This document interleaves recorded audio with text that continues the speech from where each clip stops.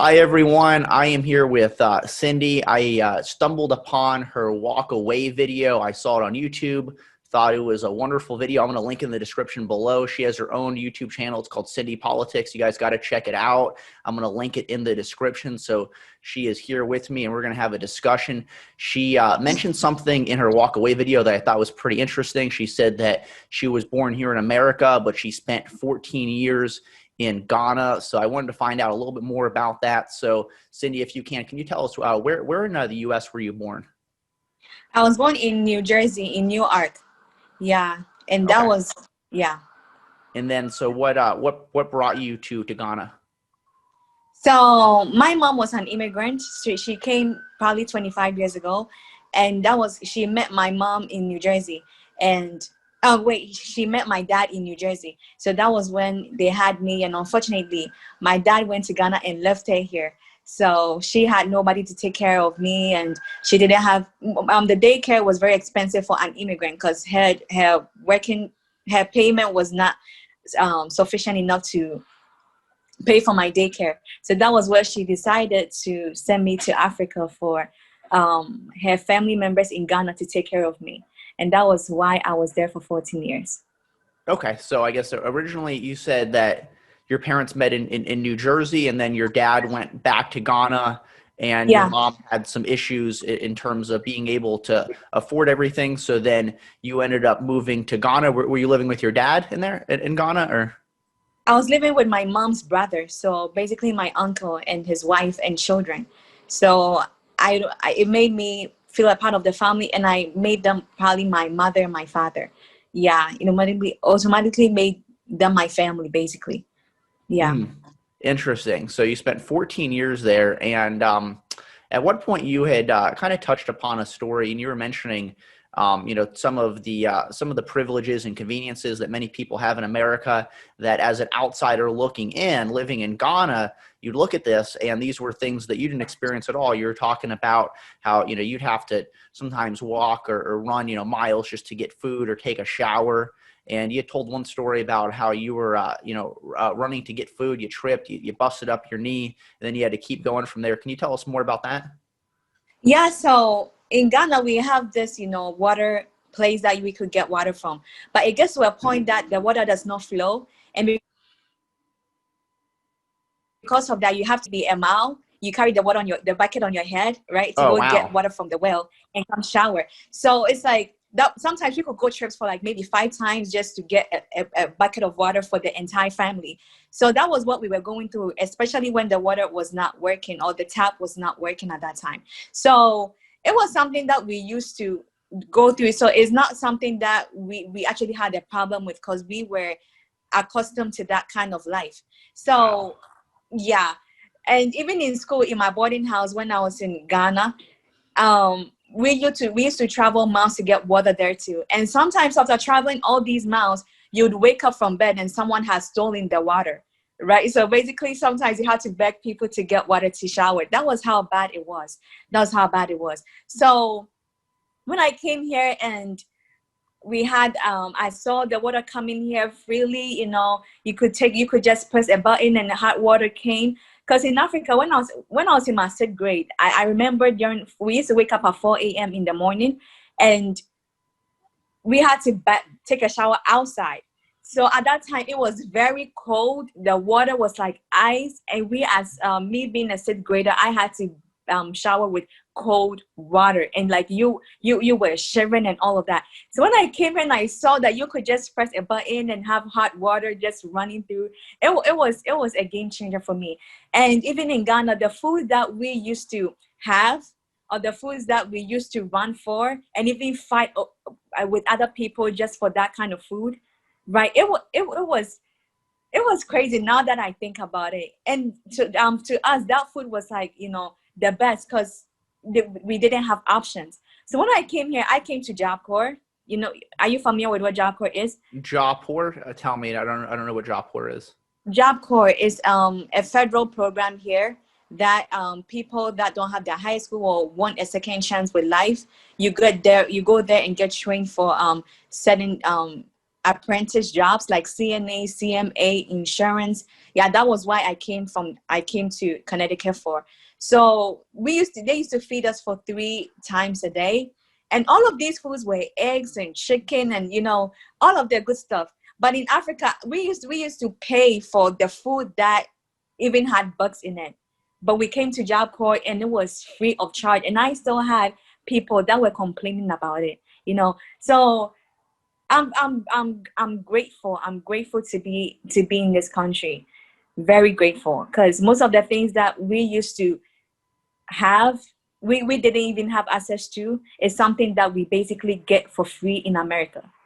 Yeah. Wow. I mean, I can't even imagine how you described you had to go back sometimes several times with buckets of water on your head. You'd wake up in the Yeah. morning. I'd imagine signs, I go to sleep. I wake up in the morning. I got some bad dry mouth. I want to reach, try to find some water. Nothing's there at all. You don't have water to shower. You're taking cold showers in, Yeah. in cold weather as well. I mean, these are things that Americans, even people living in the worst conditions here in America, have no idea. These are things that people in America have never experienced, having to go several miles just to get clean water and taking cold showers. And like I said, I mean, even in the worst living conditions, for the most part, people have warm water. They have access to reliable utilities. So it's like, what do you think? What is it like as an outsider looking in, seeing people talk about how America is oppressive and it is just this evil, awful, disgusting country, when you're in Ghana having to go several miles just to get clean water? What is it like watching these privileged Americans talk about how awful and disgusting America is? Sometimes I just don't understand, because if you live in a different country outside of America, there is okay. So Africans are more of Christians. We're in a Christian country, and the amount of Africans that want to come here, there are times that some Africans even go to pastors to pray for them so they could come to this country in America. That is how bad people from outside America want to come here. So when I first came here 5 years ago, I didn't know anything about racism. I just came here because I just came here, trying to have these all opportunities. And I saw opportunities in everything. And when I came here, I saw white people, and I see white and black, but I never had any white person talk to me with racism. When I had a conversation with white people, it was basically us having, a dialogue between two human beings. That was what I saw it to be. I didn't really care about skin color. I didn't really care about, what he was doing or what she was doing. And most of them talked to me with respect.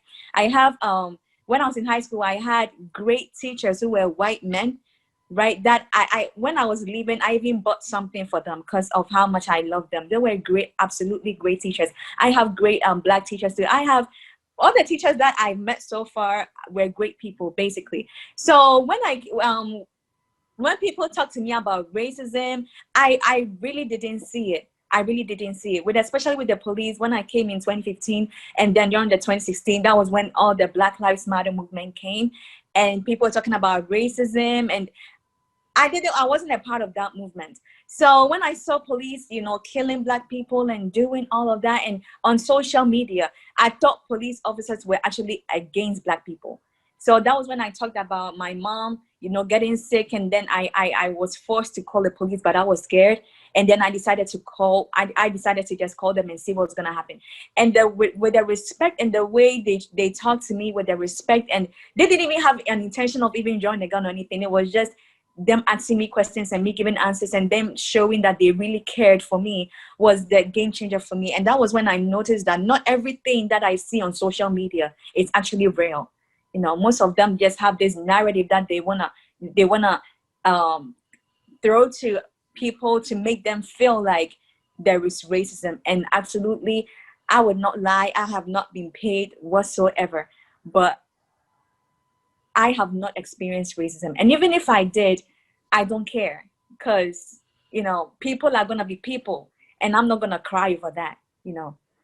So Yeah, basically, very, very well said. And I mean, I think that there's absolutely there is instances of individuals being racist, but this whole yeah, claim that America is systemically racist, I just don't see how you no, can reconcile that with the fact that millions of immigrants are fighting to come here.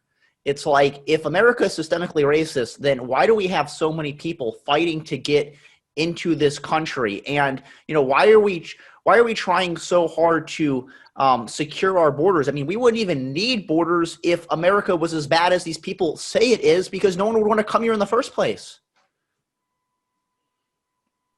No, and with all the other world problems that other people in other countries have, America is mostly the first country to show up and help. Basically, America is probably the first, or maybe, and even if they decide to help, they give a lot of money to underprivileged people. Build facilities, build schools. All of these things. So it's like, to the world, even in Africa right now, they've changed, some of the states to be like, we used to call it Kumasi, but they've changed it to Kumerica. That is how bad America has an influence in these African countries. So immigrants come here and see where they led to where they are now. They only see opportunities everywhere, and they are very grateful. They are very thankful, for being a country like that, and seeing that they can also, live the American dream. So when I see that people think that this country is oppressive towards Black people, I don't understand. Because when you turn left and right, there are a lot of opportunities. There are a lot of ways you could make money without having any problems whatsoever. Mm-hmm. Yeah, I mean, I think you said it. You said it right. I mean, it sounds like, from the outside looking in, a lot of foreigners see America as this charitable country, while natives that have lived their entire life, that have had the privileges that many people in foreign countries don't have, complain that America is oppressive, that it's systemically racist, that it holds back people, that it hates minorities, as minorities are literally doing everything in their power. There's people risking their lives. You have people in Cuba that are trying to swim across a 90-mile treacherous ocean to come here. And you just scratch your head and you think, like, how can these people take themselves seriously? How do they reconcile all of this with the fact that immigrants are literally almost dying? Some of them literally die to try to come to this country, as these people are calling it systemically racist. Absolutely true. Absolutely true. America is, if you don't know what you have, it's impossible to see, the benefits of having America in the world, because most people have lived in this country for a long time, so they really do not know what they have, what they have in America.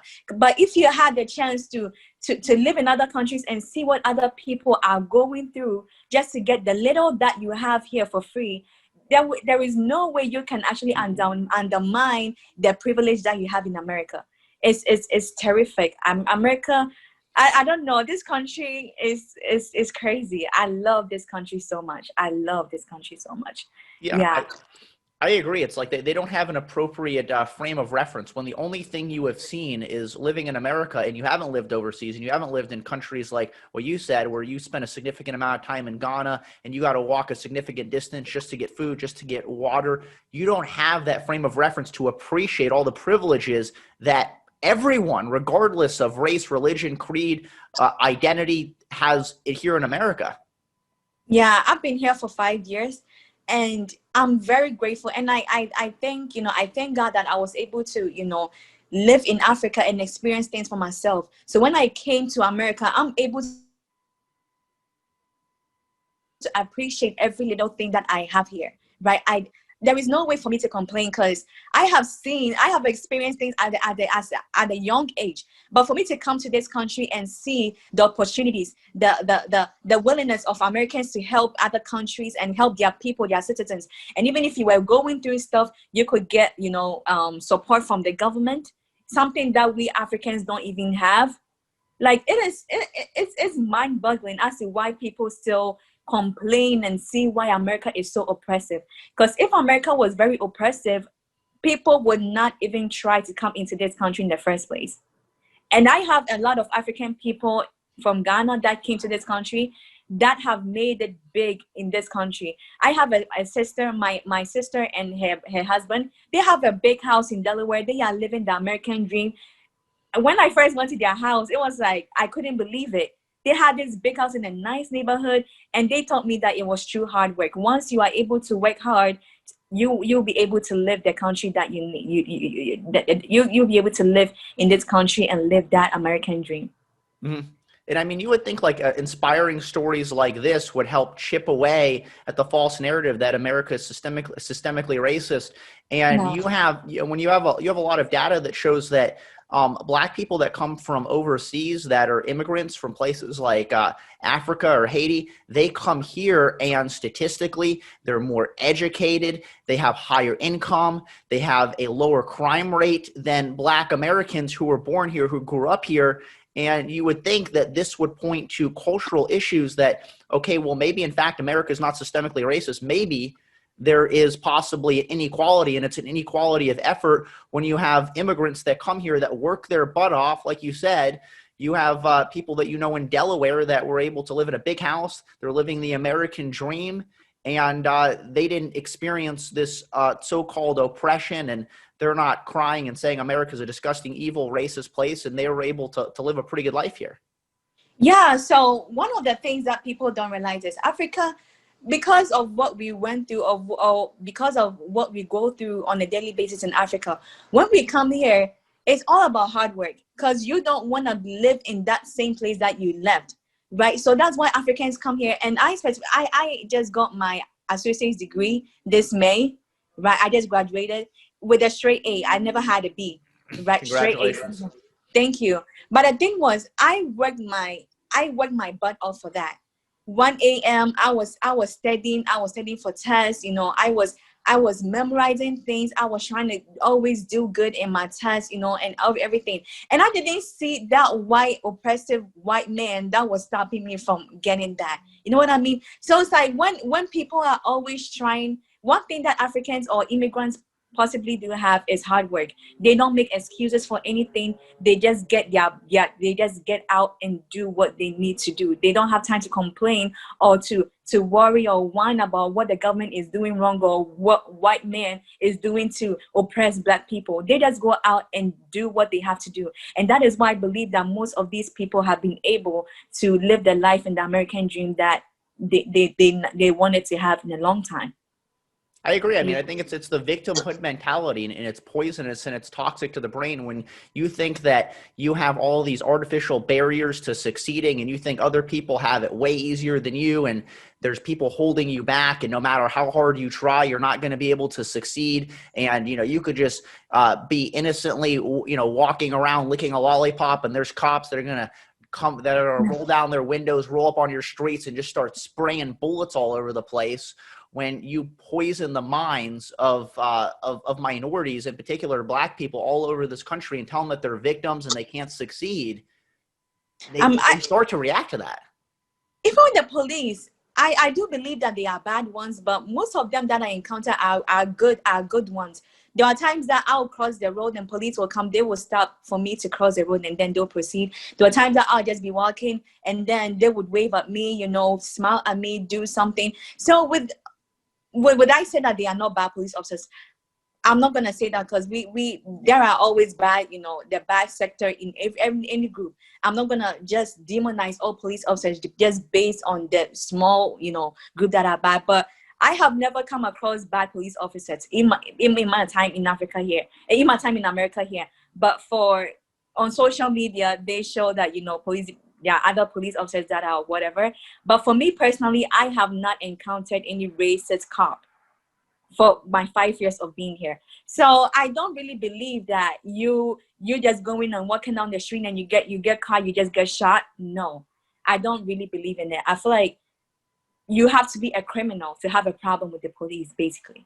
Mm-hmm. And even if you're a criminal, most of these things, you will not get shot until you do things that will cause a reaction or to trigger you to get shot, basically. Did you see what's going on right now with the NBA, the MLB, the NHL? You got these celebrity, you got celebrity athlete activists like LeBron James saying that it's a scary, dangerous place to live in America as a Black person, and now they're protesting the death of Jacob Blake, a guy that had open arrest warrants for sexual assault, for domestic violence, shows back up at the same address, fights with cops, goes to his car, tries to grab a weapon, and then gets shot by the cops, and now everyone is rallying behind this guy who is a complete violent criminal. Like, to me, it's absolutely mind blowing. I mean, what are your thoughts on that? For me personally, if America was that racist and we're killing everybody and black people couldn't make it successfully, LeBron wouldn't be the LeBron that he is right now. You know what I mean? So it's like, for him to be in that position and say that Americans or black Americans are being shot at that kind of rate is I do not believe that, basically. But with Jones Blake's, or whatever his name is, with Blake. Jacob Blake, yeah. Jacob Blake's situation, I feel like he has to I don't know how to put it. Maybe some self-responsibility. It's like you have to at least show the smallest amount of effort to comply with the police. It's like, okay, well, had you not fought with police, had you not continued to as you have 3 cops drawing guns on you, you would think, okay, well, maybe now is a time to just say, okay, like, tell me what to do, handcuff me, take me to jail. You were obviously committing a crime. And then there is this whole outrage about, oh my God, the cop shot him in front of his kids. The guy shows up to commit a crime. The guy showed up to commit a crime with his kids in the car. I don't know how hard. I don't know why some black people think that they don't have to comply to the police. And some of them act like they are above the law. No matter what you do, whether you're a criminal, there is no other chance but for you to just comply, so you get arrested and be sent to wherever you have to be sent to. I had someone, I was arguing with someone, and they were like, oh, he was not going to get a gun. He was going to check up on his kids. And I was like, there's a place and a time for everything. And even if it was true that you were going to check on your kids, was that the right time for you to do that? How wrong is it? How hard is it for you to just say, for you to just comply with the police? Why does someone always have to get shot when it comes to white people, a white police officer and a black man? How hard is it for you to comply? And most Democrats say that, nobody is above the law. Right. And they were even trying to impeach President Trump because they thought that he was acting like he was above the law. But then they turn around and also support and justify people that act like they are above the law. Because if you are not trying to comply with authority, that basically means that you are not willing to follow what the law tells you to do, basically. And that is something that I feel like in as much as we talk about police brutality, I feel like we also have to tell or to create the awareness that black people need to most black men or some black men need to comply with the police. If you feel like you were arrested unjustly, right, all you can do is just fight it through the court system. Yeah, and you can win a big lawsuit. That's how you make millions of dollars. Exactly. I don't know why you have to risk your life on the street just because you feel like, just because you feel like you were not treated the right way, or you were not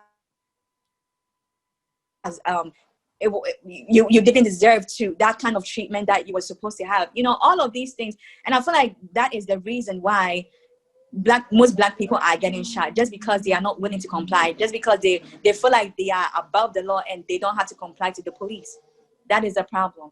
I mean, I absolutely agree. And it's like, I think Black Lives Matter, it's like their narrative gets really exposed that they pretty much, there's only 2 racial boxes that need to be checked. They don't care about any details at all. They don't care about any of the actual circumstances surrounding the shooting. It doesn't matter if the guy resisted. It doesn't matter if the guy was ignoring police commands. You had a case, I forget what state it was in, but it wasn't too long ago. There was a guy named Hakeem Littleton. I don't know if you're familiar with this, but he shot a police officer, pulls out a gun, shoots at the police officer. The officer shoots back, kills him, and shortly afterward, you have people marching, crowds of people marching down the street. Say his name, say his name. Like, what do you mean say his name? The guy shot a gun at police. Like, what did you think was going to happen? Do you think the police looked, oh God, that guy's black? Like, I don't think it mattered. Does anyone think that if a white guy shot at police that he wasn't going to be killed too? It's mind blowing. And what it does is it emboldens and enables criminals when they see this, when they see these people that are fighting with cops, and then you have people like LeBron James, you got someone with a huge platform, 40 million Twitter followers, supporting this guy, talking about, I want to boycott the season, I don't want to show up to the NBA playoffs. Why? Because I want to defend a guy who was a rapist that fights with police. Like, is that really what they wanted to be known for? Defending people that rape women, fight with police, go back, harass the same woman that he was charged against with domestic violence against? I mean, I think it's unbelievable that we have the worst idols. We have the most toxic, poisonous messages coming out of people with the biggest platforms that are broadcasting the loudest voices, and they're poisoning the minds of Black people all over this country, and they're causing racial tensions that are completely unneeded. The thing is, I don't actually understand why you cannot be pro-Black and support and justify people that terrorize the Black community. You know, we have criminals that are killing other Black men. We have criminals that are shooting children, that are terrorizing women. So are you trying to tell me that these people don't matter, right? And that we are now justifying these behaviors just because of his skin color? I don't care whether you Black, white, Hispanic. If you're a criminal and you are a threat to your community, you have to be arrested. You have to, and I don't even care if you have to get shot in that process. Like, how hard is it for you to just comply even after everything that you've done to the Black community? And many people like, because he's a criminal, he doesn't deserve that. But those people that he shot, those people that he murdered deserve that kind of death, right? Right? It's like we claim that we are so pro-Black and we claim that we love and support the Black community, but yet still we justify and we support people that deem as a threat to the Black society. You know what I mean? So you cannot be pro-Black and also support criminals that serve or that kill Black people in the process. And I'm not saying that these criminals have to be shot or do whatever.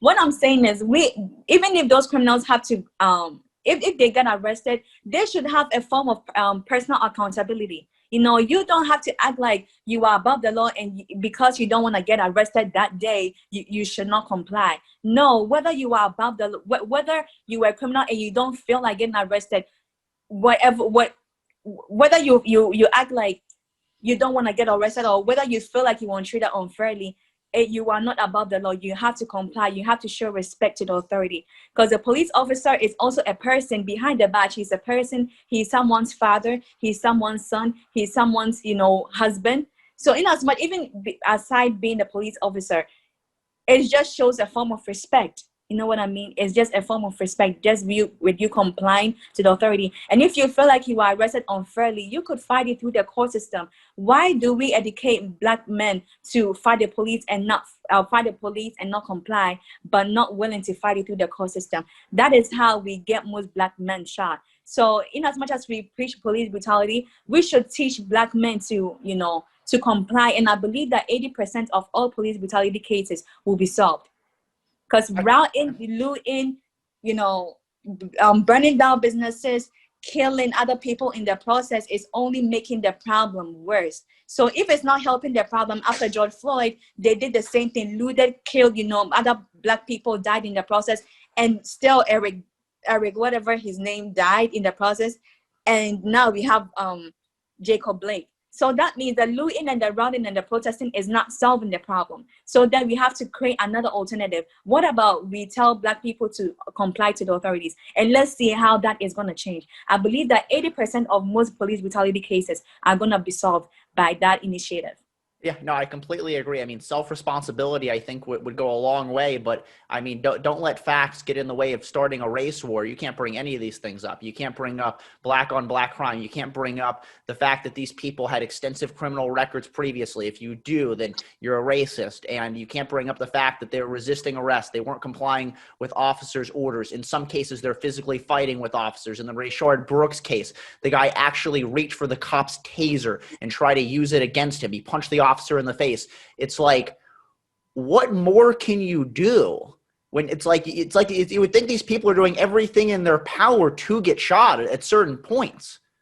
I feel like most people, some of these things are just suicide that the police officers just help them with.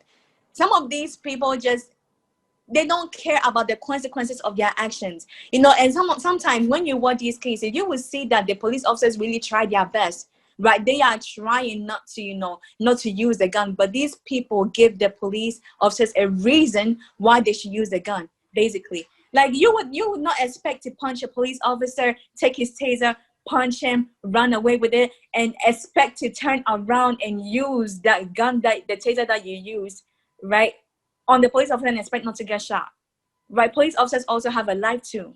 So in as much as we expect not to get shot or whatever, we have to take responsibility of our actions. But if you really do respect your life, I don't care if I get pulled over by the police, I am complying. I don't care how I feel at that time or at that moment. I am doing whatever I need to do to comply, because why? I respect my life and I take personal responsibilities for my actions. That is what needs to be done. Yeah, I mean, I absolutely agree. And I mean, I think it's crazy. The solution that the Democrats, that the media are putting a spotlight on, is you got people marching through the streets saying defund the police. They're writing this message in yellow paint all over our streets. You go to DC, right in front of the White House. I was in DC not too long ago, right in front of the White House. You got in big yellow lettering, defund the police. And I mean, what are your thoughts on that? People forget that we Black people need our police as well, right? Because there are a lot of crimes that it's even unsafe to walk in a Black community without you getting shot by someone else or a fellow Black person. So we need our police officers, and I believe that maybe there's a problem with the police system. That's why we need a reform. How are we going to solve the police brutality case if we defund the police? It's not going to do it's going to do a lot of damage. And I believe that most states that defunded the police had a triple of the number of crimes that happened in just that week. So if we have to reform the police system, of course, and I believe President Trump also helped sign something for the reforming of the police. If we need to solve something, we need to push money into that system and engage and find different ways of how we can tackle that problem, other than you having to take all that money away and expect the police officers to change. It can't work that way.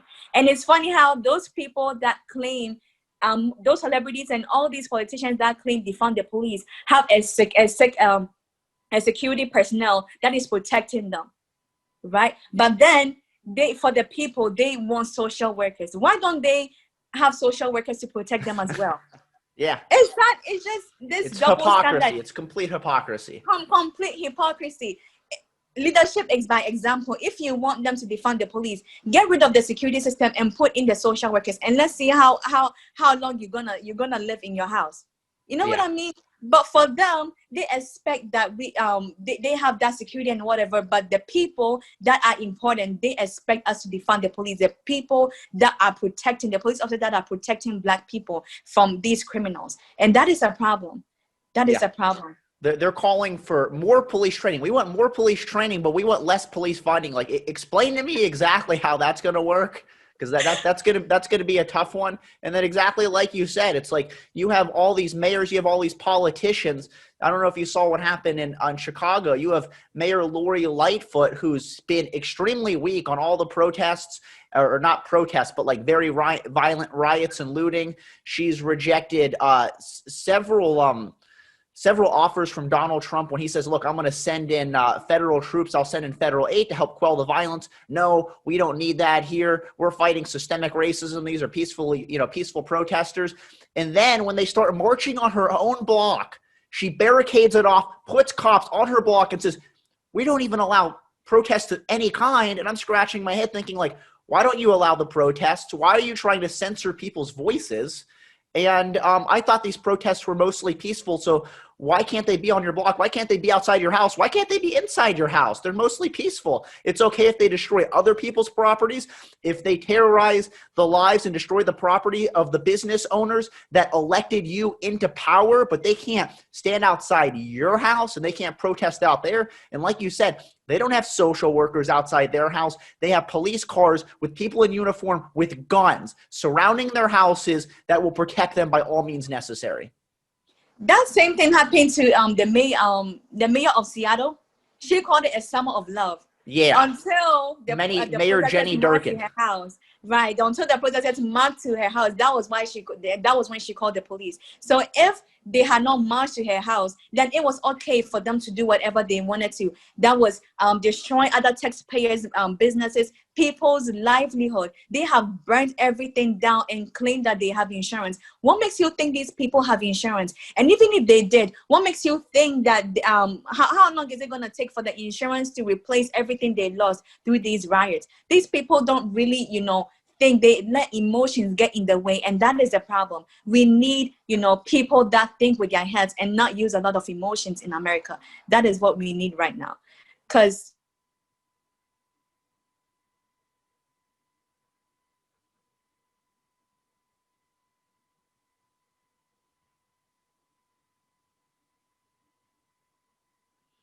grateful for that. I think Yeah. your feed cut out there for a second. I don't know if you saw it on your end. Yeah. I'm getting a Yeah. little like instable. Are you getting the same thing on your end or no? Yeah, I got a little like For like the pause. last 20 seconds, you were just like frozen with like no words. I was like, oh, this is probably like a good rant that I'm missing. Oh, so Yeah. what I'm saying is, what did I even stop? What I'm saying is, I actually think, I thank God, or I'm grateful for the neighborhood that I live in right now, because you don't see all of these protesters. You don't see people rioting and burning down and looting. Like one thing that actually shocked me was people were burning down car dealership companies now. Yeah. It's crazy. Yeah, you saw in That is Kenosha. In crazy. Kenosha, you have Crazy. 15 cars on fire. You got the CNN reporter sitting there with his microphone. Fiery, but mostly peaceful protests. It's like, look, you guys are lying. You think the American people are stupid. You think we're dumb. You think that you could just you could pull the wool over our eyes and you could blind us from the truth, and we're not going to see the violence and the chaos taking place all over the country as you mischaracterize it and call these mostly peaceful protests. And what do you think the thousands of business owners that had their storefronts kicked in, their windows shattered, had all of their belongings, had everything they had worked for their entire life stolen, all of their shelves knocked over, and their business burned to the ground? How do you think they feel when they see the politicians, when they see the media get in front of the camera as they are sitting right in front of a building burnt to the ground and say these were mostly peaceful? I don't even know what to say about this, because it is absolutely insane. It's insanity. Like, I don't know how far this has to get for CNN and the social media moguls to know that this is not a peaceful protest, right? These people are taking advantage of the situation to terrorize our communities now. And if I had my company in the Black community and I've seen the damage that these people are doing, what makes me think that if I'm able to reestablish a business again, I would build it in a Black neighborhood? Never. Because I know that if a racist, if something about race pops in, people would not hesitate but to burn down my business, and that is a problem. People are, and even if you are angry, why should you burn down someone who had nothing to do with the situation? Why should you burn down their business in the name of Black Lives Matter? Is that what Black Lives Matter does to you? Is that what it is to you? Yeah. If this is not racism, I don't know what else is. I really don't. Yeah, no, I mean, I completely agree. And I mean, in terms of what you're saying about the media, they do know. It's like that these people, that's the worst part about it. Like, they know these protests are not mostly peaceful. They know what's going on in America. They see the riots, they see the violence, and it is evil. It's pure evil that they completely ignore it because they think that it is politically beneficial to them. At first, they thought the riots, the looting, they thought that was politically beneficial to them, and they could say, look, there's a race where America is systemically racist, and the only way we can fix a systemically racist America, the only way we could stop the riots and the looting and the violence is if you elect us into office. It is basically an ultimatum. It's like they put a gun to your head and they say, look, if you want us to stop the violence, then vote for us. And it's like Americans are not going to put up with that shit. And now the Democrats are finally realizing it. It's hitting them in the polls. Their poll numbers are plummeting. So now they're panicking. And now they are starting to very softly acknowledge that there is violence and there is riots. And now they're trying to pivot and they're going, oh, but it's Donald Trump's fault. And I scratch my head. It's Donald Trump's fault. This is the guy who has been calling a stop to the violence and the riots from day one. And every single time he mentioned the violence and the riots, then the Democrats would come back and say, oh my God, you are attacking mostly peaceful protesters and there is no violence, there is no riots. And now they're finally trying to pivot and they're trying to change their tune. I think it's just too little too late. And people they see the hypocrisy. No, whatever happened this time has revealed to us who the Democrat Party actually is, who they are. And it's like most people have seen the violence. Most Democrats have seen the violence, and they have seen that this party is not really the party that can do something for the country. If it's anything, this party is the one that is actually destroying America, and it's actually acting like if we vote for them, they are going to do something about it. If you can do something about it now, what makes us think that you can do something about it when you get in office? And these things have opened black people, it has opened black people's eyes to know that the Democrat Party cannot really administer or do something to help benefit this country. And many people now, I saw a video about Barack Obama during his presidency calling out these looters, calling out these protesters that are taking advantage of the Black Lives Matter movement for their own gains. And now he's now saying that Trump is trying to take away the rights of peaceful protesters, and Trump is doing this and Trump is doing that. But that is how hypocritical the former president was. Because during his time, he called them looters, but now that it's time for us to vote for Joe Biden, he's now saying that, oh, these people are protesting peacefully. Right. So it's like these things, the more things get worse, the more the Democrat Party expose themselves for who they actually are. And people's eyes are actually getting to open, and people are starting to realize that the Democrat Party that they once stood for is not the party for the people anymore. And they cannot deliver the way that Trump is delivering. And I'm so thankful that our president was trying to reach out to these communities to help and, instill law and order. But these Democrat people would just not accept the offer. Just because. Yeah, just on principles, because it'll show how weak they are. If they need Trump to come in, they need his federal troops to come in and quell the violence. It shows weakness, and they don't want that. Problem. And the problem is that Democrats have become so anti-Trump that they are now pro-crime. And if Trump says, I don't like crime, I don't like people looting our stores, burning our buildings, terrorizing our citizens, the Democrats need to play on their narrative of whatever Trump says is wrong, it's bad, he's an evil orange man who's evil and orange. And if he says that he wants the violence to stop, then we like the violence. So no, we say absolutely no to your federal troops. We don't want them here. And we're going to say that these are mostly peaceful protests and they can just continue to riot out in the streets, burn, loot, and just terrorize the citizens that elected these officials into office. I don't know with the mayors and the politicians that are justifying these behaviors. I don't know how they're gonna feel if these looters burn down their house and their businesses. How would they feel with that? They are okay if these looters do it to someone else, as long as it's not them. And if the looters now try to attempt to approach them, that is when they call in the cops. I believe this is hypocritical. If you don't want that kind of treatment to be done to you, then try not to let other people do it to others. Do what you want others to do to you. That's the blank point period. I feel like they are not strong enough to be leaders to instill law and order in these communities now that we need it the most. Yeah, I mean, that's the problem too. It's like these mayors are so well insulated, and like we mentioned earlier, it's they have their own private bodyguards and they have their own police force, they have their own private security. They don't have to deal with the mayhem and destruction that the citizens that elected them to protect are having to deal with. They're very insulated from all this. They're watching their cities burn as they sit in their mansion from afar, surrounded by bodyguards. I mean, it is like when I see this, I think it's pure evil. It's pure evil to watch someone literally watch over their city and watch it burn, watch criminals reign free in the streets with basic impunity. It's like this is the way I see this. people will do whatever they can get away with. And if you throw a brick at a cop, no one does something. 5 minutes later, you have everyone throwing bricks. You see someone loot a store, nothing is done about it. 5 minutes later, everyone is looting stores.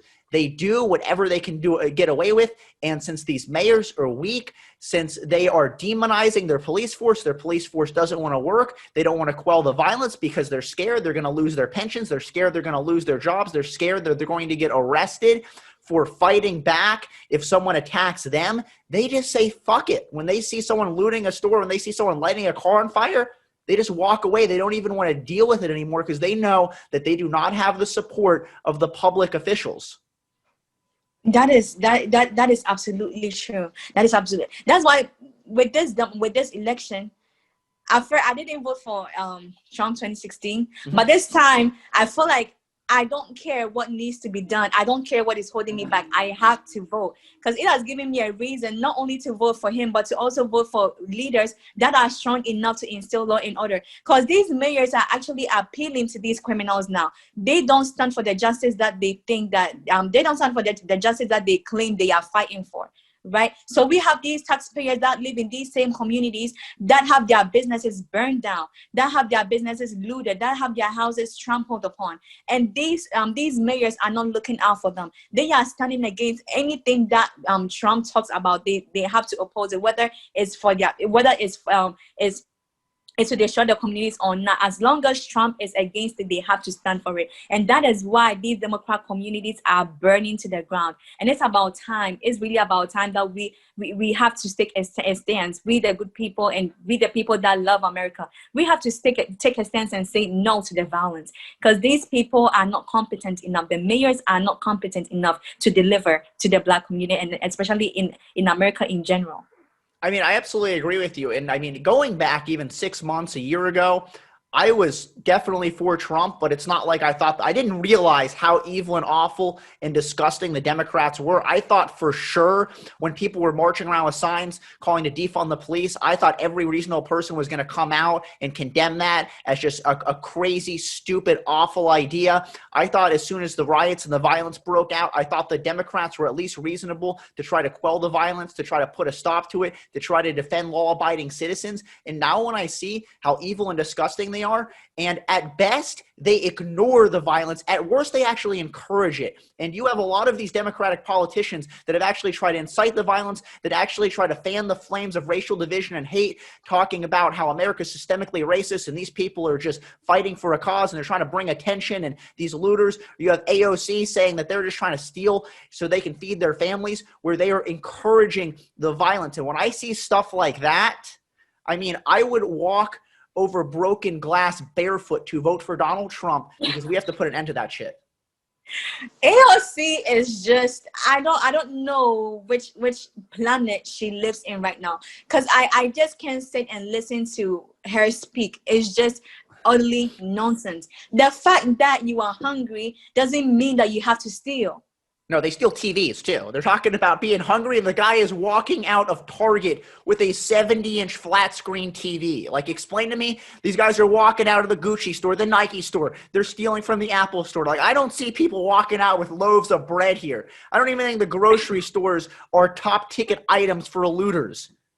It is insane. When I saw the clips of how people were actually getting in the store and having the girl stand out talking about, oh, someone give me a charger, someone give me a charger. I was like, really? Really? Like, are you guys really, is that what we Black people really are? Is that what we are showing to the world, really? Right? It's like they know so much that they don't even know anything anymore. They have become so wise that has actually made them stupid in the process. Like, why should you encourage people looting and destroying other people's businesses? Why should you encourage stealing in general? Because stealing is illegal in America. So why should you encourage someone that because you are hungry you have to go steal? Can't you just Yeah. ask the person to at least, you know, I'm sorry, sir, I'm very hungry, I'm not eating for a while, can you please help me with something? They can choose to help. And even if they don't, we have a lot of, you know, of programs that can support the welfare system with the well. I don't know why you suddenly have to steal just because you are hungry. I don't know why these Democrats are encouraging stealing, are encouraging rioting in the name of justice. That is not how justice is. That is not how we fight for justice. Martin Luther King used peaceful process, and that was what has gotten us the results. The looting and the rioting has done nothing but to terrorize America in general. And I feel like this woman, I really want to see her debate with Candace Owens. I really want to see her Oh debate my with Candace God, Owens. that would be a And massacre.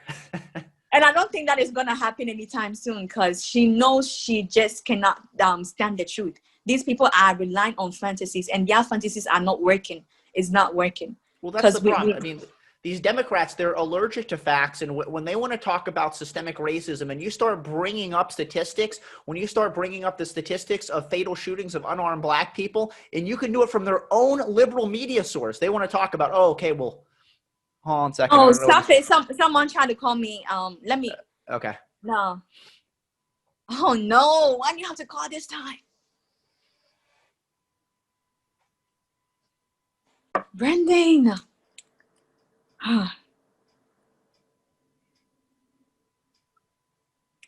Okay, we're back. Finally. We're back. So yeah, as I Yeah. was finishing, it's like you can use their own liberal media source to debunk their own bullshit narrative. And when you look at fatal police shootings of unarmed black people, and you look in 2019, the Washington Post, who keeps a comprehensive database of fatal police shootings of unarmed black people, there was 14 killed in 2019 out of 44 million people. That's a 1 in 3 million chance. You got a better chance of getting struck by lightning. You got a better chance of drowning. And this number, this includes justified police shootings. When you go case by case, in almost every single incident, like you said, the guy was resisting arrest, was attacking the police officer just prior to being shot. So when you look at the statistics for what unjustified police shootings of unarmed black people look at, you have an astronomical figure, and you can't bring up any of that. Democrats are allergic to facts. You can't bring up statistics. You can't bring up data. They will call you a racist for doing so. I had my family members even call me racist, so I don't even talk about politics in my house anymore, because I don't want to argue or, you know, get emotions, you know, caught up. But the Democrat Party only relies on emotions, because if it really has to get to the logic, people will really know what the Democrat Party is all about, and they'll just have to work out. The Democrat Party cannot thrive without emotions. That's why they always have to get black people mad enough so they could get our vote. But now, the more they keep getting into it, the more people are actually realizing that these people are actually out there to destroy this country, and we need to stand up, and we need to, you know, do what is right. And even if you don't like Donald Trump, even if you don't like his tone, even if you don't like the way he says it, or you have a problem with his slogan, at this point, you have to know that we don't have a choice. You don't have a choice, because you would have to vote for either Trump or watch America burn to the ground. Basically. Yeah, and that's how I literally see this. And I know, you know, people try to be dramatic, people try to be extreme, and they go, oh my God, you know, this election is literally like, it's like a life or death type of thing. But when I see people just randomly killing people out in the streets, and you have politicians that are silent about this, I go, this is no longer hyperbole. This is no longer in extreme thought or using extreme language to say this is a very, very important election.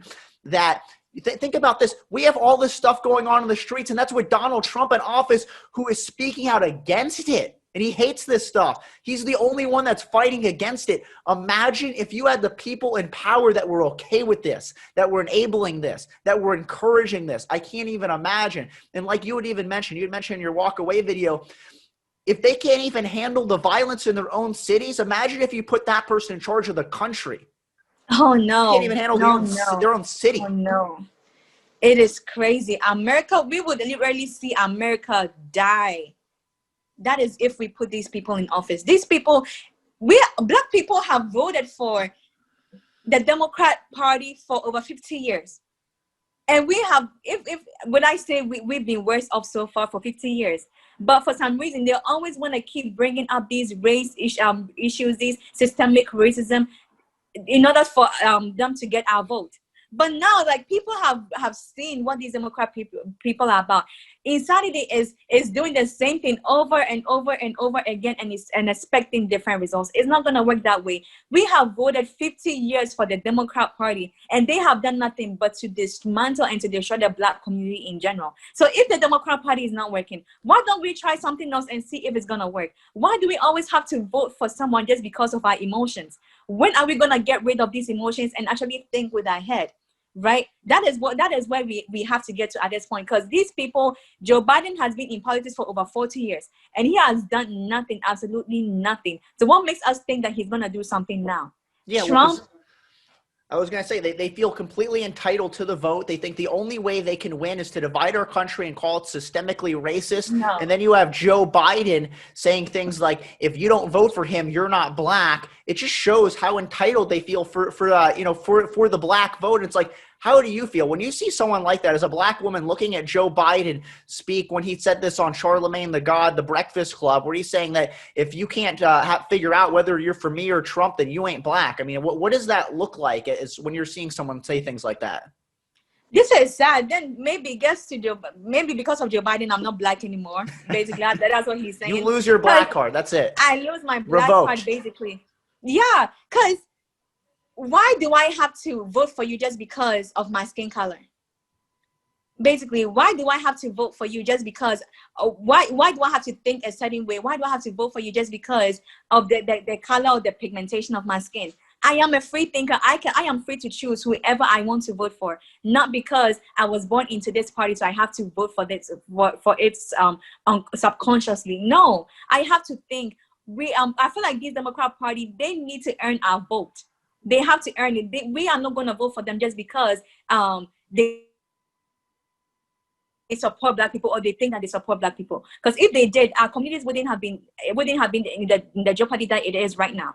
Right? These people are not doing anything. They if it's something, they have destroyed the Black community since 1960s. They have destroyed the Black community. And Trump has even aside the COVID-19, Trump has really done a lot in just 3 years. Even after all the opposition that he was facing, from impeachment to the Russia thing to COVID-19 to Black Lives, he has done a lot that Barack Obama and Joe Biden could have done in all of 8 years. So why don't I have to think about who deserves my vote or the policies that I think will work for Black America or in America in general, than to just vote just because of my skin color and that I have to support Joe Biden just because I'm Black? It just doesn't make sense. I am a free thinker and I'm free to choose whoever I want to vote, not by my skin color, but because I choose. I've realized and I have thought about several things, and I believe that Trump is who we need right now. We Black Americans, minorities, white people, we all need Trump at this point, because these people have decided that the Democrat Party is all talk and no action. Yeah, I mean, I think that is the scariest thing to any Democrat is an independent, free-thinking Black person. They think that they have the vote on lock. They think historically they've got 90+% of the Black vote. And I mean, I don't know if you've seen some of these polls that are coming out, and almost every poll, I mean, you have, even in the smallest numbers, even the NAACP's poll said that like Donald Trump has 21% approval from the Black community. Some of these polls give him 30+. And then when you look at other polls about defunding the police, 80% of Black people are against it. 20% of Black people want even more policing than it currently exists in their neighborhoods. So from what I have seen, and I mean, it's my personal prediction from everything that I've witnessed, I think that he's going to get a historic amount of Black voters that are going to come out and vote for him. And this is going to be the death of identity politics, which is the most toxic ideology that's been infused into our politics, that divides our country, that makes people hate each other. And they will have no leg to stand on when not only do they lose the election, but they lose the election because of the minority vote. That will literally be the death of them. They lose because of minority vote. At this point, it's like, the more they justify these behaviors, the more Black people are actually beginning to see what this party is all about. It is not about.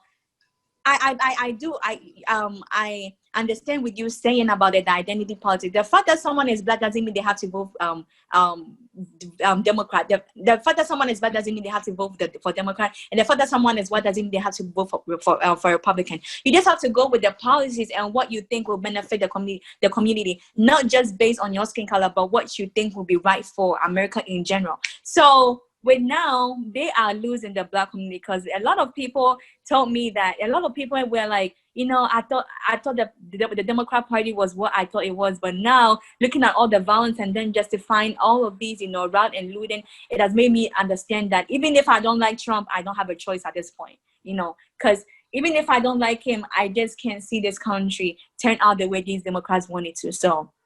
And the more they do this, the more they act like they're entitled to the black votes, the more black people leave the Democrat Party. That is what it is actually happening right now.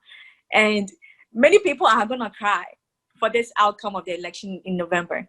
Many people it's going to be a problem. Yeah, Trump I think so as well. And it's like I said, like when you see, especially like, okay, last election, Donald Trump got, 8% of the black vote, which is still way more than other Republicans. I mean, Mitt Romney got 2%. So he had already had 4 times more than Mitt Romney did in 2012. And then, I mean, looking at the numbers now, it's like, it doesn't seem like he could get any less than 15. He might even get, 20+%. And I think that this is when Democrats really have to take a big, hard look and self-reflect and think, okay, well, this whole idea, this agenda, this push of trying to divide the country and say America is systemically racist is not a good strategy. Like, it's not going to work trying to divide people. It's absolutely, these people, I feel like they have to go back, reevaluate all the policies and everything that they think should give them the reason why they should be in office, because I feel like they have to deliver at this point, because we don't have to vote just based on what this country is doing, on the divisiveness and all of that. They have to earn our vote at this point. They have to give us strategic reasons why we black people or people should vote for them in general. They shouldn't insinuate and justify. Yeah, they are entitled, and that is the problem. People don't want to do something if they feel like other people are entitled. I don't have to vote for you just because I'm black. Being black is just a skin color. I don't see why my identity should be based on my skin color. I am a different person outside my skin color. I am free to think whatever I choose to think, right? Not just for my skin color, but what will benefit the country in general. And these Democrats are really doing a bad job as to knowing how they are to deliver. The most of the reasons why they want us to vote for them is to just get Trump out of office. That is the main reason why they had the Democrat convention, or that's their campaign slogan, just to vote Trump out of office. Okay, we vote Trump out of office. Now what?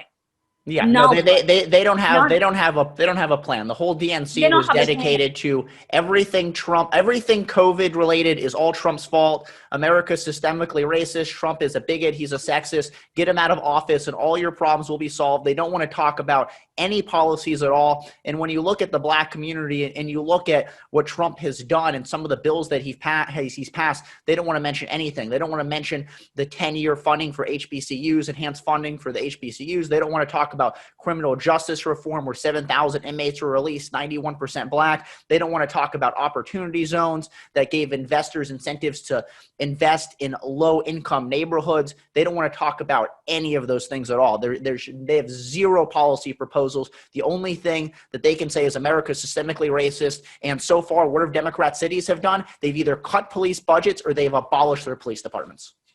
Trump as racist, but looking at Trump's presidency for the past 4 years, that is something that a racist would not do. You know what I mean? If Trump was really racist, tell me why the black community has done better in his presidency than Obama ever did in 8 years. Yeah. I think you froze there for a second. Stupid internet.